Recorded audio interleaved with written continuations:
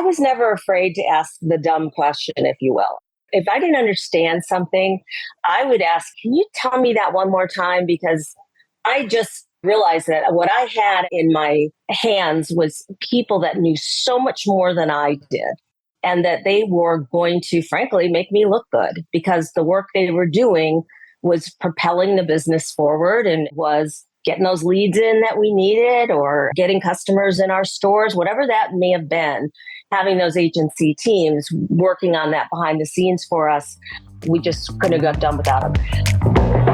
Welcome to Contrary to Popular Opinion, a podcast hosted by Vujade Digital. In each episode, we bring you provocative topics and novel perspectives around leadership, business, and marketing that defy the norms because exponential growth demands unconventional thinking and visionary action. So open your mind and let's get into this week's episode. Hey everyone, Kelly McGuire, co-founder of Vujade Digital. Excited to get into today's topics with our guest. Hey everybody, this is Todd, Kelly's partner and co-founder. And today, 2008 is when I met Karen Kelly at the UPS store. And that was the date of our pitch in 2008. And for 22, almost 23 years, Karen Kelly, you have led marketing for one of the biggest brands out there, the UPS store. I don't think I know anyone who stayed in a marketing role at one company as long as you have. I think you might have the record for head of marketing for a brand for 22 plus years. So super excited to talk to you today because you have a ton of experience, a ton of wisdom under your belt to impart to our listeners today. So thank you for joining us. Absolutely. Thank you, Todd. As Todd said, my name's Karen Kelly, and I am a marketer through and through my career, always in retail. My experience is retail marketing. And frankly, I have a lot of franchise experience. So bundling all that together. Todd said, no, not knowing anyone that stayed for so long, I would say I stayed as long as I did because it's ever changing. It is ever changing. I've learned so much along the way. And don't blink, it's going to change again. So that made my job incredibly interesting. Yeah, well, we'll talk about some of that change today and the change that's happened to you and the change that's happening this year abroad seems very similar. The thing that I wanted to talk to you most about, and I guess it took until this time for me to no longer be your agency and for you no longer to be at the brand, which you recently departed not that long ago, was kind of the identity of how we showed up with you. And so for people listening, the context here is that Karen was in charge of a multi-million dollar consumer retail advertising budget for the UPS store consumer marketing, where she had very large agencies, donor handling their media and big creative shops handling creative and doing Super Bowl commercials, like all the big super fancy stuff. And then there was us and our small agency that highly specialized in franchise sales development and your franchise sales budgets. And for all the years that we worked together, well more than a decade, I always sat there and wondered, I wonder how we compare to those big agencies. I wonder how Karen thinks about us compared to those big agencies that are doing all that fun stuff. And knowing that what we do is super critical because without franchise stores, you have no royalties and you have no revenue to do all the big fancy consumer stuff. So I guess the first question I have for you is, can you talk a little bit about what it was like to have the big retail consumer side of marketing at your hands, but then also having to be responsible for franchise development? What a different, almost B2B like beast. Can you talk about how you... Yeah, absolutely. Yeah. So, it was, to your point, Todd, wearing two hats where, again, overseeing a large agency, both on the creative side and the media side, came with tons and tons of people, large teams and the budget, as you mentioned. But really critical to the business was franchise sales lead generation. Because as you said, without that, we didn't have that other budget. Our funding came from a royalty that franchisees paid to fund that national ad budget. So we needed that. And what we were looking for and relying on was an agency that was laser focused on that for us. If we put that with the larger agency, it could have gotten lost in the other to-dos, right? But by having a unique and separate agency to manage that piece of the business for us was the best decision we ever made. So I remember in 2008 when we pitched and we were awarded your business, best day of my agency career at that time. During the onboarding process and logistics process, I remember at one point in time, there was the concept that you guys did agency reviews every 3 years. And I think in year 3, the first third year of our relationship, there was sort of a talk around that, but then it actually never came to fruition. And then again, well after a decade of working together, I believe our old agency is still working with the UPS store. So I guess that relationship still exists. Why do you think that never happened or didn't need to happen? I think a lot of brands would just simply change agencies after a long period of time because they just simply think there's probably somebody with different or better ideas. They just wouldn't do it. What was the rationale for you guys staying with your agencies and having that loyalty? I guess I'd say if it's not broke, don't try to fix it. If you have a relationship with agencies and they are moving you in the right direction and consistently widening your world to what's out there, what are the possibilities, what's the ad technology, why try to disrupt the business, pitch that business with several other agencies and bring another agency in-house? Again, if it's not broke, why fix it? If there's problems, certainly you go out and look for a new agency, but there were no problems. And frankly, our business relied so much on our agencies to really being an extension of our staff. As a matter of fact, when I would list my reporting people, I didn't just talk about the people internally. I talked about the agency people as well, because we couldn't exist without the outside agencies. We just really couldn't. So they were an extension of the team. And if, it's not broken, don't fix it. So I think that's really interesting. And you brought up something that we've talked about before. And Todd, you will usually ask me my opinion on this, but I'm more doing it in a proxy as I've never technically been in that CMO role. You mentioned if it's not broke, don't fix it. And if it's not a problem and it's moving you forward. So what is your perspective on what do you look for in that client agency relationship that does continue to give you that confidence? And what are the problems that arise that would make you sort of start to question and think about, do I need to look around? And what is that evolution and how? And I guess the last part of that would be over that long period of time with an agency relationship, how does an agency continue to keep things fresh and exciting for you versus eventually just sounding like it's the same thing year after year when it might actually be that they found a really good formula that isn't as exciting, but is best for the business. And sometimes it can be, hard to be exciting after a while. Yeah, great question. I'll break that up a little bit. The agency relationship on my side, and again, my personal feeling was it was very collaborative. I relied on the agencies to, frankly, educate me. I couldn't possibly know all about the ad technology and the changes in media buying and media strategies. I couldn't know that myself without relying on my agencies.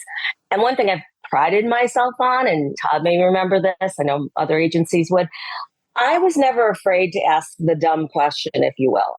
If I didn't understand something, I would ask, can you tell me that one more time? Because I just realized that what I had in my hands was people that knew so much more than I did, and that they were going to, frankly, make me look good because the work they were doing was propelling the business forward and was getting those leads in that we needed or getting customers in our stores, whatever that may have been.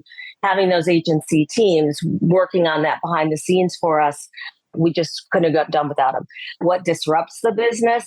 I'd say the thing that's disruptive the most, and there's nothing you can do about it, is when people leave, whether they go someplace else to another business opportunity within the agency or they leave the agency to go elsewhere. There's days where we'll get the call that's so-and-so left and you're just like, oh no, because you just really loved working with that person and it felt like, you got a little bit back to square one, but that actually never happened. Agencies have a way of calling you and saying, so-and-so left, but we have a plan and here's how we're going to absorb that work and here's how we're going to figure it out for you. So there's always that assurance there. And when you work internally as a client, and I've always worked on the client side, you have a lot of other responsibilities in the job place. You've got HR, you've got company meetings, you've got training classes to take. It's just much more than just doing marketing. So having an agency that was just always out there for us 100% of the time was fabulous. It just really made doing business easier. So yeah, I think that's really important. And I think you touched on a couple of things that I'd like to expand upon, which is you said, again, if it's not broke, don't fix it. And then also the idea that turnover can be very disruptive. And so it kind of brings, again, two questions to mind on the not broke, don't fix it.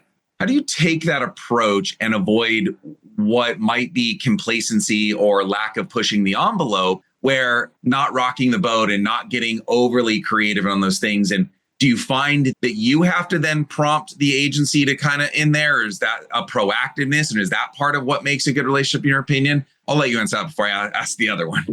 Yeah, so a little bit of both. I would say that one, my experience has been the agencies are continually bringing ideas to us and doing their homework and bringing good ideas our way. Have there been instances where maybe an idea that came our way was like, it's maybe not for us, or it's a little too lofty? But for the most part, bringing those ideas to us, whether we implemented them or not, really was a refreshing, just knowing something new. And, I'd say we're Todd's agency, your agency, Kelly, in the past, your relationship with ad tech companies, big ones, huge ones like Google, you brought a lot to the table for us. You brought us really great relationships, previous opportunities. I think I was invited to go to San Jose one time and, I wasn't able to work it out, but those are thrilling opportunities. They really are. So I feel like that has been a very positive. Things getting complacent in the lead generation piece of it, you can't get complacent because you're not getting leads. And then everyone's on fire. Everyone's hair is on fire. So that just doesn't happen.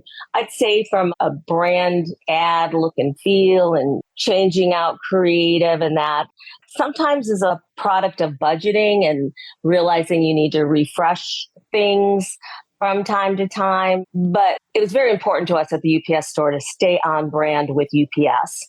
And with that in mind, that sometimes could be difficult for some agencies that really wanted to go creatively off in a different direction. So there were times when we had to pull people back into those brand guidelines because we wanted to be synergistic with the UPS brand as well as the UPS store brand being consistent.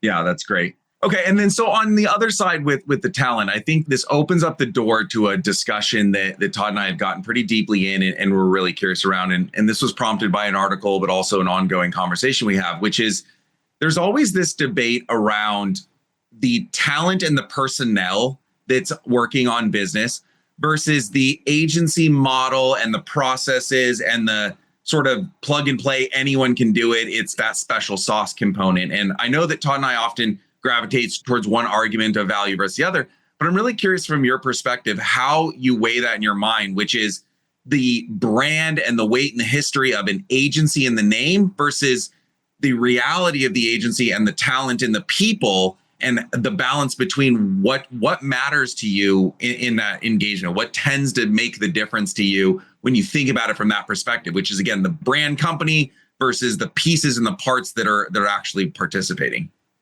For me personally, it's the people and the parts. Working with good people who are on your business is felt like so often that the agency people I worked with was invested in my business as I was, and even more so to some extent.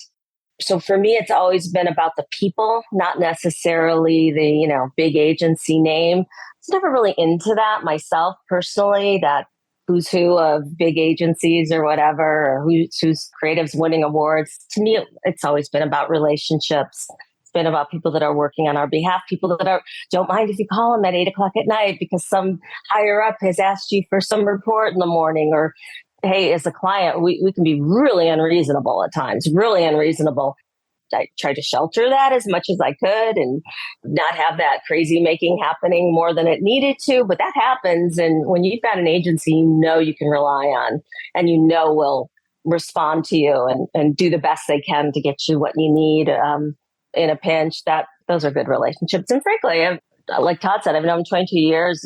We break bread together and we know about our families and we talk about personal things. Like you're working with people like every day. You really get to know them well and you really want to like them. So for me, it's about the people. Yeah, but that's the thing that I think is so rare. I don't think it's normal to have an agency client relationship last that long and get to that degree.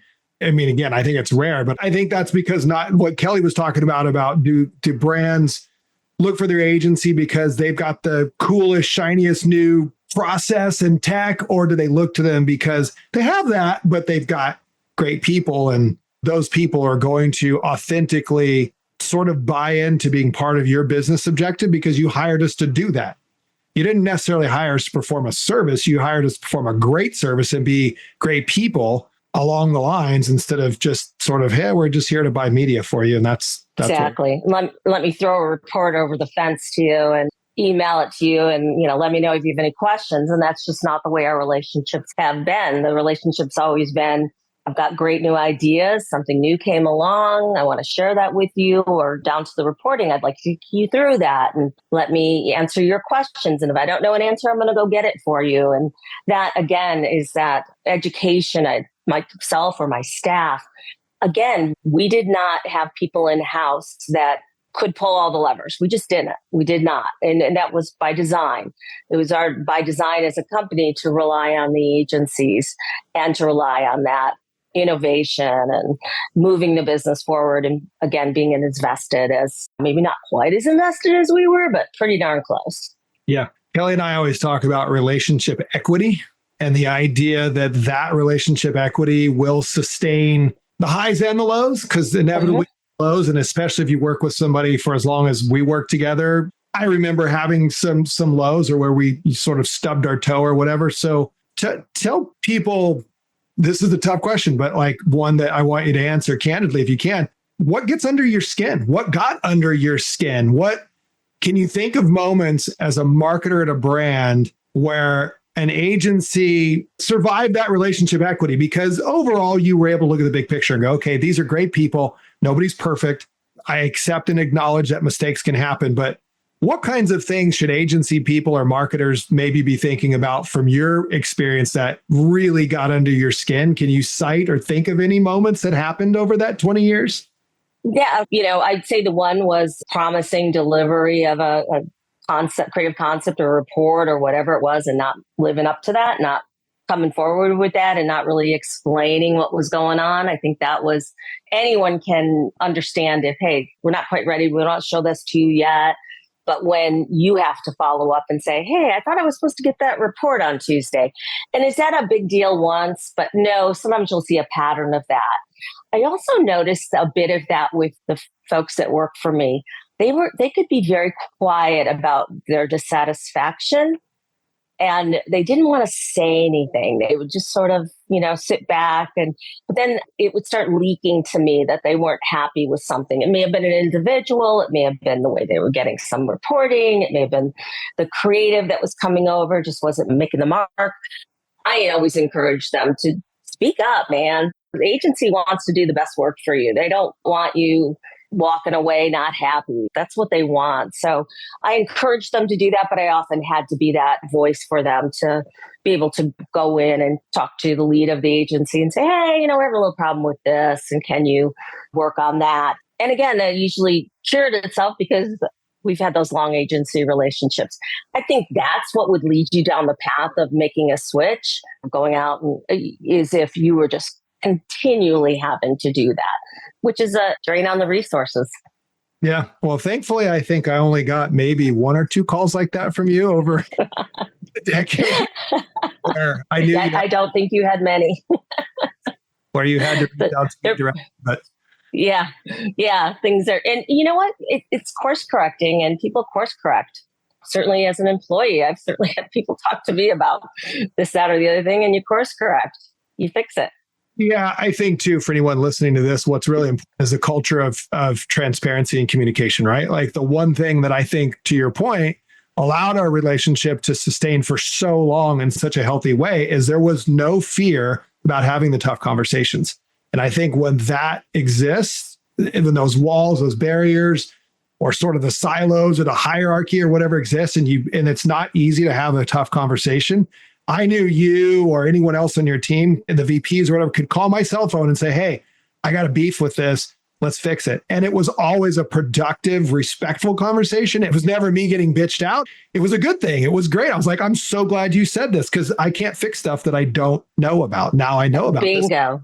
Yeah, so true on that front, Todd. And that's sometimes, again, my younger staff would just keep things inside and not address them. And maybe they were uncomfortable addressing it. They didn't want to, speak out of turn, but that was so important. Any good relationship has communication at its core and being able to be transparent. Absolutely. I want to move into a different topic and then I'm going to hand it back over to Kelly. One of the biggest things that we agency owners struggle with is trying to understand price and value, fee and value. As a media agency, our particular company generally earns its fee by charging a percentage of a media budget. And that's typically how we would earn our fee. Our model's a little bit different in that we have a performance sort of all-inclusive model, which confuses people more often than not, but we think it's better for the client. When you thought about fee versus value for your agencies, what was the lot? How did you justify that? I want people to understand if you're an agency, here's how someone like Karen Kelly is going to think about what you want to charge her.